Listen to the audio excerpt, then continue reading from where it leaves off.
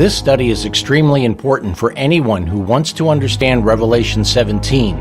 In this study, the pieces of the prophetic puzzle will begin coming together. In Daniel and in the Revelation, God uses different symbols to represent Rome in its pagan and papal forms. The iron legs in Daniel chapter 2 represent pagan Rome with its eastern and western centers of power. Remember, Rome moved its capital city from Rome to Constantinople, then gave its power, its seat, and its great authority to the papal Roman Church. This left the papacy seated upon the throne of the pagan Roman emperors. The papacy is depicted in the mingling of the iron and the clay in the image's feet. This is the mingling of churchcraft and statecraft until the second coming of Jesus, symbolized by the rock which destroys the kingdoms of men. Satan is behind the work of the church, mingling its powers with the state. The 10 toes are the 10 nations that divided up the Western Roman Empire, a symbol of the kings of the earth. Likewise, consider now pagan and papal Rome in Daniel chapter 7. Pagan Rome is the terrible beast with iron teeth. The papacy is the little horn, and the 10 horns are the 10 nations that divided up the Western Roman Empire. The papacy is here depicted as exercising power over the kings of the earth. Once again, Satan is behind this mingling of church and state. In Revelation chapter 12, we learned the great red dragon with 7 heads was primarily Satan and secondarily pagan Rome, who crucified Jesus. The 10 horns on the dragon are the same as the 10 toes of Daniel 2 and the 10 horns of Daniel 7. They are the 10 nations that divided up the Western Roman Empire. It was during the days of these kings that God's church fled into the wilderness. In Revelation 13, the 7-headed leopard beast with 10 horns was the instrument Satan used to persecute God's church in the wilderness. This leopard beast with the 7 heads is the same as the feet of iron and clay of Daniel 2 and the little horn of Daniel 7. The leopard beast is a symbol for the papacy, influenced by Satan. The 10 horns are the 10 nations that divided up the Western Roman Empire. In Revelation 17, God further expands on the symbols he uses to identify more clearly what's about to take place. The scarlet-colored beast represents the civil power of the papacy, while the harlot woman represents the religious power, or the papal church itself.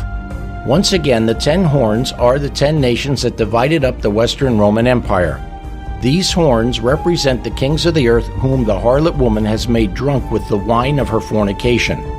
Here is a brief list of the things these 3 7-headed beasts have in common, indicating they are 3 phases of the same power being exercised over different periods of time. All 3 beasts have the following 4 things in common. Each beast has 7 heads and 10 horns. Wonder or amazement is associated with each beast. Each beast makes war against or persecutes God and his people. Each beast is associated with the 1260-year wilderness experience. Behind each of these 3 beasts is the power of Satan, influencing them to mingle churchcraft and statecraft, deceiving the kings of the earth to war against God and his people. In addition, the Revelation 13 and 17 beasts also have these 5 points in common. Both are associated with the sea or many waters. Wisdom is needed to understand who these beasts are. Both beasts are full of blasphemy. Both exercise power over all kindreds, peoples, multitudes, nations, and tongues. Both beasts are worshipped by those who are not in the Book of Life. After comparing these points of commonality between the 3 7-headed beasts, it's easy to see they are simply 3 phases of the same power warring against God and his people at different points in time. Now I leave you with these words of encouragement found in Revelation 21, 6 and 7.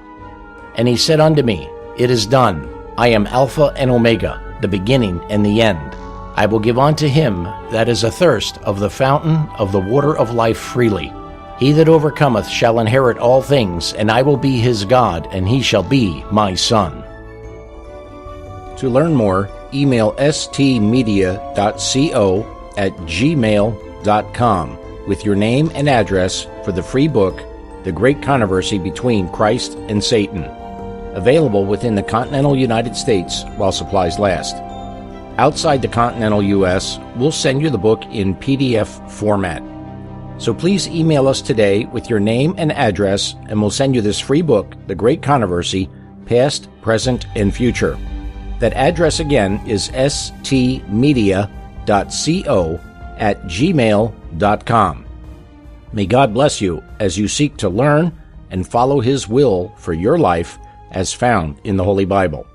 One final note, please do not request this book if you already have a copy in your home. Thank you, and God bless you.